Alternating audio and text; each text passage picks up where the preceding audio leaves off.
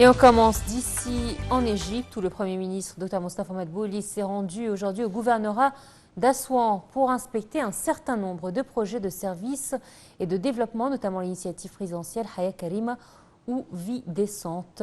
Les détails avec Sarah Al-Maghrabi. Lors d'une tournée d'inspection d'un certain nombre de projets de services et de développement dans le gouvernorat d'Assouan, le Premier ministre Dr Mostafa Madbouli a inspecté le centre de créativité numérique en Égypte, Creativa Assouan, qui a été créé par le ministère des Communications et des Technologies à l'université d'Assouan, inauguré par le président Abdel Fattah el-Sisi en 2022 dans le cadre du 8 centres de créativité de l'Égypte numérique. Dr Madbouli a également inspecté les laboratoires technologiques avancés du centre, dont un laboratoire d'impression 3D. Il a passé en revue les activités et les programmes de formation mis en œuvre par le ministère des Communications au centre. Lors de sa visite au centre de créativité numérique Creativa Assouan, le chef du gouvernement a écouté les histoires de réussite d'un groupe de jeunes, entrepreneurs, de professionnels indépendants et de diplômés des programmes de formation offerts par le centre. Le Premier ministre a souligné que le centre permet des opportunités d'attraction des compagnies internationales à Assouan. Lors de sa tournée dans le gouvernorat d'Assouan, le chef du gouvernement a également inspecté le projet de l'axe alternatif du réservoir d'Assouan sur le Nil. Il a entendu une explication du chef de projet sur les travaux de construction de l'axe qui contribuent au transfert du trafic du cœur du réservoir vers le nouvel axe pour préserver le réservoir et prolonger sa durée de vie, en plus de créer de nouvelles zones de développement à l'ouest du Nil et relier les zones résidentielles et les zones de développement industriel et agricole à l'est et à l'ouest du Nil. Le Premier ministre a également assisté à l'alignement des équipements du centre et des entités responsables des divers services publics de la nouvelle ville d'Assouan.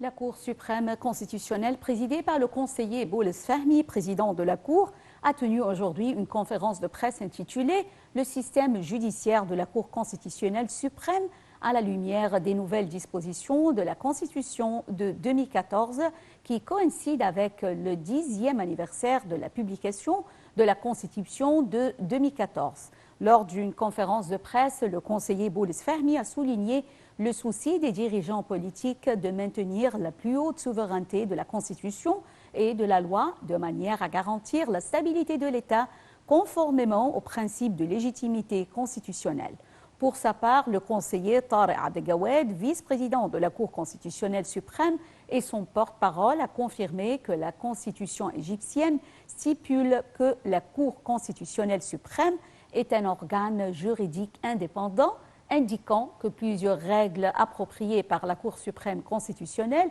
sont devenues l'objet de citations et d'éloges de la part de nombreux écrivains et législateurs internationaux qui abordent la question liée aux constitutions et aux lois. Et le ministre des Affaires étrangères Samar Shoukry a fait savoir que parvenir à un cessez-le-feu global et immédiat à Gaza est le seul moyen de mettre fin à la situation de crise dans la bande de Gaza et de limiter l'augmentation de la violence dans la région. Ceci a eu lieu lors d'un appel téléphonique que Shoukry a reçu de son homologue italien, Antonio Tajani, pour discuter de la situation à Gaza et des développements sur la scène régionale. De son côté, le ministre italien des Affaires étrangères a salué le rôle central joué par l'Égypte pour faciliter l'acheminement de l'aide humanitaire italienne vers la bande de Gaza. Toujours, le ministre des Affaires étrangères Samar Shoukry a reçu un appel téléphonique de son homologue norvégien Espen Barth Eide sur la détérioration des conditions humanitaires dans la bande de Gaza et les mesures visant à mettre en œuvre la résolution du Conseil de sécurité concernant l'acheminement de l'aide humanitaire dans la bande de Gaza. Les deux ministres ont également convenu d'intensifier la coordination et la coopération entre l'Égypte et la Norvège et de promouvoir une mobilisation accrue du soutien humanitaire international en faveur de la bande de Gaza et de garantir que l'aide y parvienne de manière complète et durable.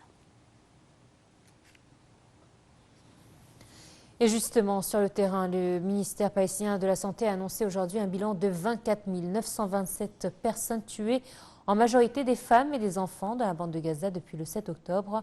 Et durant ces dernières 24 heures, 165 personnes sont mortes, indique le Hamas, qui fait également état